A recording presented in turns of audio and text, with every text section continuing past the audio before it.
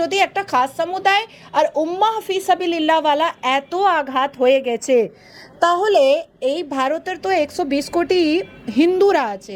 Shiny Ghosh যখন শিব ভগবানের মাথার উপরে যখন কন্ডম পরিয়েছিল, আপনি তো হিন্দু, আপনার খারাপ লাগলো না? মহুয়া মৈত্র যখন একটা বিরাট বড় ন্যাশনাল নিউজ চ্যানেলের উপরে বসে উনি বললেন কি গডেস কালী, মা কালীর মুখের উনি মিট দিয়ে দিলেন, লাল মাছ, হাতে সিগারেট দিয়ে দিলেন, অন্য হাতে শরাব দিয়ে দিলেন, তখন বাঙালিরা যারা কালী মায়ের পুজো করে তাকে খারাপ লাগলো না? তারপরে গালাগাল, শর্মিষ্ঠা অনেক গালাগাল করে নিজের বাইট রেডি করে।